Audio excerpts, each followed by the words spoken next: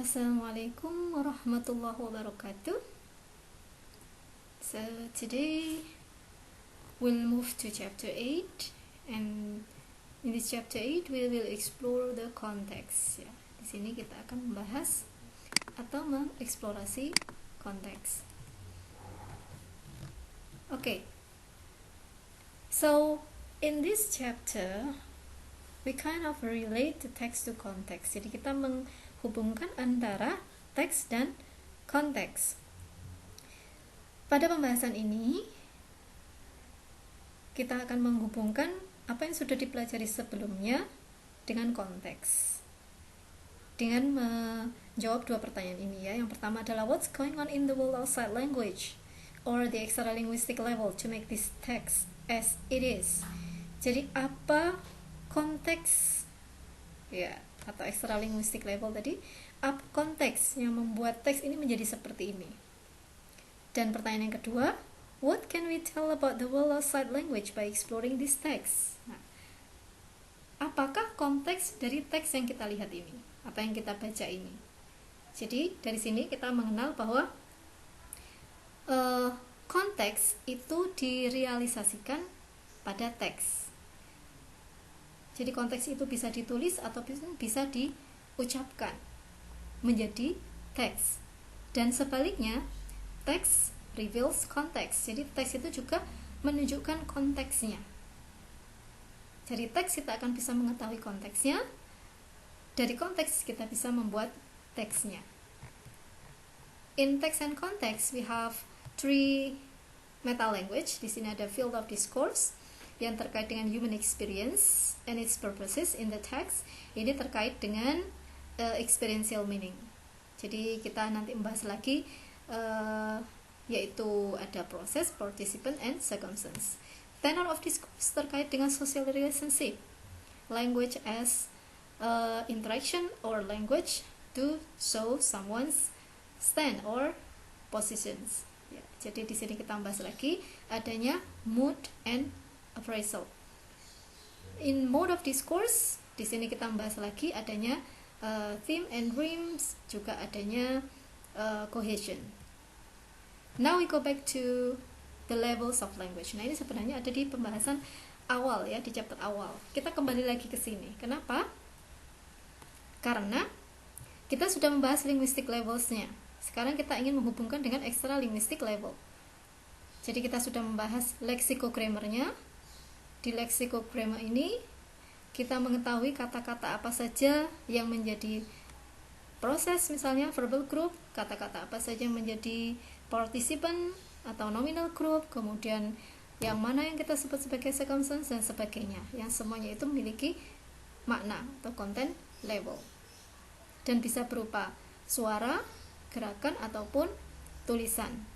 Yang linguistic level ini sendiri itu bisa menunjukkan konteksnya, atau konteks itu bisa terwujud dalam teks atau dalam linguistic level.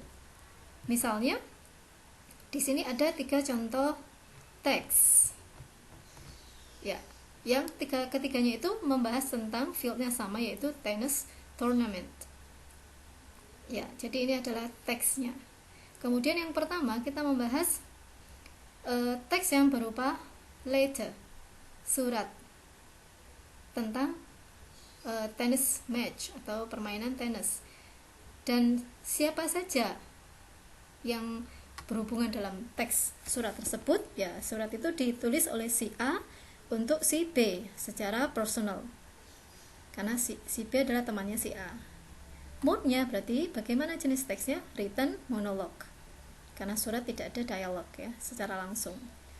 Teks yang kedua adalah berupa phone conversation. Si A kemudian menelpon si B karena mungkin ingin mengetahui lebih lengkap lagi penjelasan tentang tennis tournament, sama fieldnya. Tenornya juga sama seperti teks yang pertama, moodnya yang berbeda. Ini berbentuk spoken dialogue karena ada percakapan langsung antara si A dan si B. Setelah melakukan percakapan lewat telepon, kemudian si A menulis di newspaper atau di koran tentang sama tennis tournament. Nah, tenornya sekarang berubah. Sekarang antara si A dengan the readers. Karena beda, tentunya si A akan memilih kata-kata yang berbeda dari si B sesuai dengan bagaimana situasi dalam penulisan koran dan bagaimana budayanya menulis di koran. Tentu akan berbeda pemilihan kata dan budayanya dibandingkan dengan phone conversation ataupun dengan personal letter.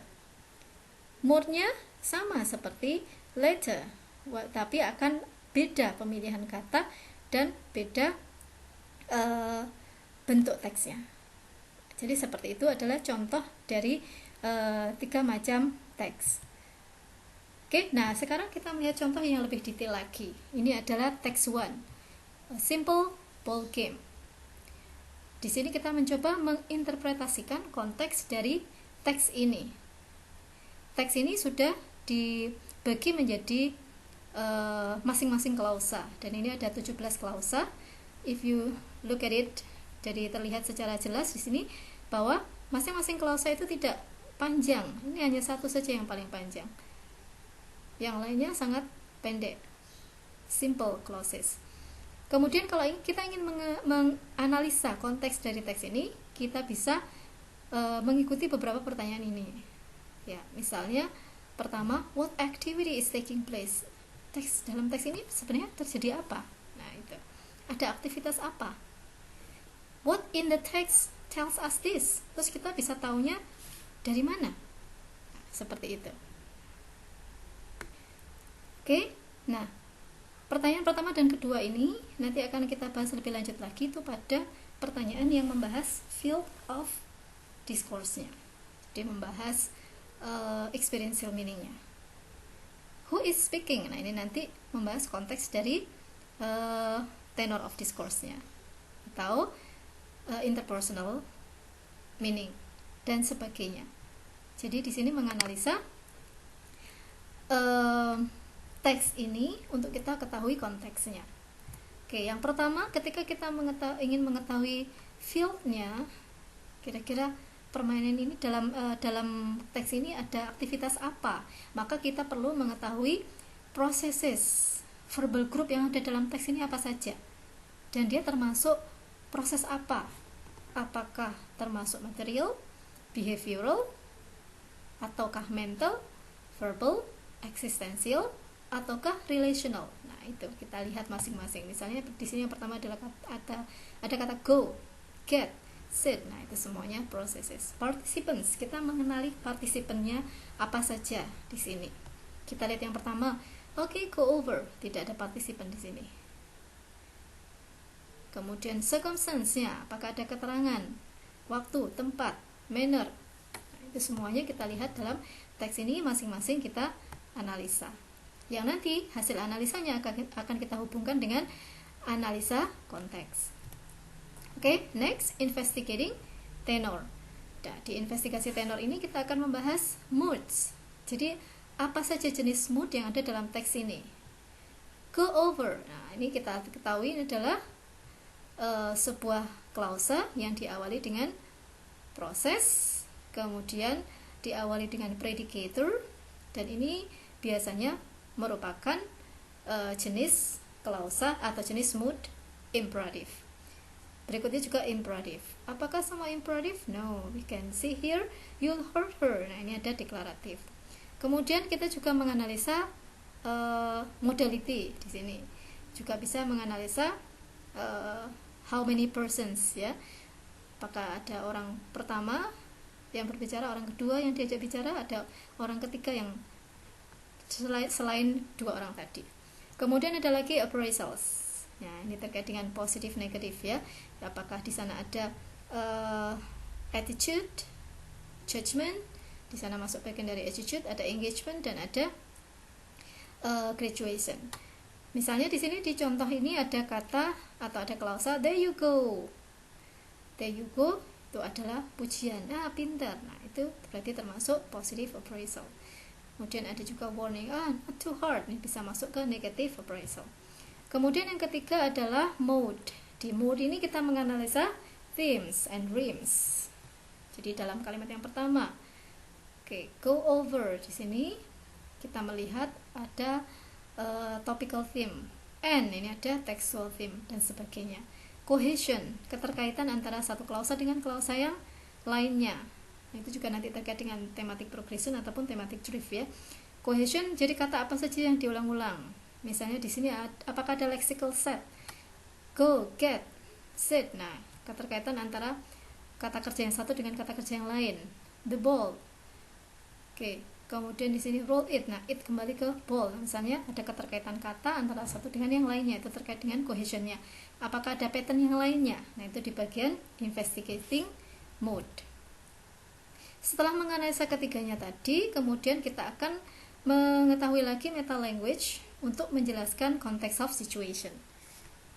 Di bagian field of discourse itu ada 3 macam, yaitu experiential domain, berarti apakah aktivitas yang ada dari teks yang kita analisa itu tadi. Kemudian ada lagi short term goal, itu adalah tujuan secara langsung dari dibuatnya teks tersebut. Kemudian long term goal itu tujuan secara tidak langsung atau tujuan yang abstrak ya. Kemudian yang berikutnya tenor of discourse, di sana ada 4 macam. Yang pertama adalah agentive atau societal rules. Kita ingin mengetahui hubungan antara si pembicara dan yang diajak bicara, atau si pembaca dengan yang si penulis. Kemudian ada power and stages, itu adalah hubungan antara orang yang berkomunikasi tadi, apakah hubungannya itu equal atau unequal, status kira-kira powernya sama atau tidak sama. Misalnya antara bos dengan karyawan, tentunya powernya tidak sama atau unequal. Teman sekelas itu equal. Social distance itu adalah kedekatan, jadi bisa minimal atau maksimum. Kemudian ada appraisal motives. Nah, ini terkait dengan appraisal. Yang terakhir di mode of discourse itu ada di sini rule of language, itu ada 2 macam, ancillary dan constitutive. Types of interaction itu ada monologue and dialogue, ada medium, channel, and rhetorical thrust. Masing-masing akan kita lihat pada teksnya berikut ini atau pada summary-nya. Ini tadi teksnya. Dari teks ini kemudian dianalisa, dihubungkan antara lexico-grammatical analysis dari field of discourse di bagian experiential meaning, kemudian kita hubungkan dengan contextual description atau field of discourse. Nah, dari experiential meaning-nya tadi kita ketahui bahwa prosesnya ternyata mainly materials. Ya, go, get, roll, pick up, throw, push, sit. Nah, itu semuanya partisipannya itu ada, aktornya adalah the addressee yang diajak bicara. Kemudian ada Tiffany, objeknya adalah the ball. Circumstance-nya ada place and manner. Dari sini maka kita bisa simpulkan bahwa experiential domain dari proses ini tadi semuanya adalah terkait dengan 2 children learning to roll a ball back and forth. Jadi ini ada 2 anak yang sedang belajar bermain melempar dan menangkap bola. Oke, jadi kita simpulkan, kita analisa bahwa dari analisanya bahwa itu adalah 2 anak yang sedang bermain bola. Kemudian tujuan dari adanya teks itu tadi adalah untuk mengajari bagaimana bermain bola dengan gently, ya, dengan baik. Tadi ada kata not too hard gitu ya. Kemudian ada lagi long term goal atau tujuan secara tidak langsung. Di sini adalah untuk menjaga hubungan keluarga, karena dianggap tadi 2 orang yang ada dalam teks tersebut, yang diajak bicara dan 1 temannya lagi itu dianggap saudara. Kemudian pada tenor of discourse, di sini kita menghubungkan interpersonal meaning dengan tenor of discourse. Nah, pada tenor of discourse ini kita melihat mood selections-nya. Di sini kita lihat ada mainly imperative. Ternyata sebagian besar adalah imperative. Ada beberapa yang deklaratif dengan menggunakan probability atau menggunakan modality. Kemudian persons, di sana ada orang kedua yang sedang diajak bicara dan ada orang ketiga, anak lain yang bernama Tiffany, dan ada lagi penyebutan kepada Paul.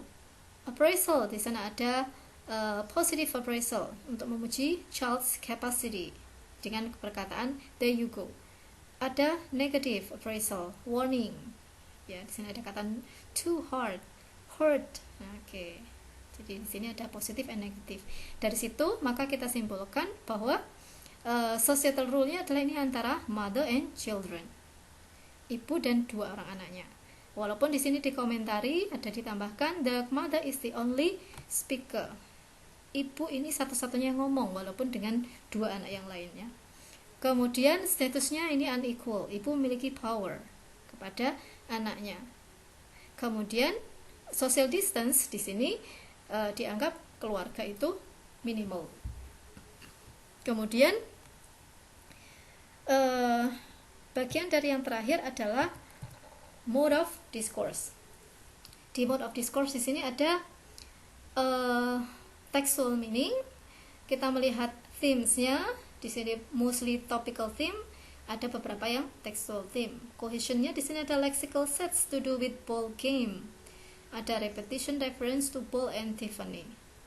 Kemudian ada ellipsis, ada pembuangan kata yang dianggap diketahui maknanya dari teks. Kemudian secara patterns-nya, urutannya ini sesuai dengan procedure. Ya, so asking someone to do something atau demanding services. Kemudian dari sini disimpulkan mode of discourse-nya, role of language jadi adalah ancillary. Ancillary itu maksudnya bahwa dalam teks ini ada penjelasan tambahan seperti kata laughter. Oh, berarti berbicara sambil tertawa. Kemudian ada lagi tadi dismay ya dan sebagainya. Maka teks ini itu ada keterangan lainnya, maka disebut ancillary. Kemudian type of interaction ini monolog. Walaupun ada yang diajak bicara, tapi yang diajak bicara tidak berkata apa-apa, jadi monolog. Mediumnya spoken. Medium itu ada spoken, ada written, ada signed ya. Jadi teks ini dianggap sebuah teks percakapan lisan yang ditranskripkan. Kemudian channelnya berupa phonik karena dianggap spoken. Kemudian rhetorical thrust-nya itu berupa procedural and rather bossy. Jadi mengikuti prosedur dan bossy ya karena memerintah melulu. Nah, seperti itu. Ini semuanya adalah analisa dari teks yang pertama. Okay. Next we go to the text 2, but I think I will continue to the next video. Thank you.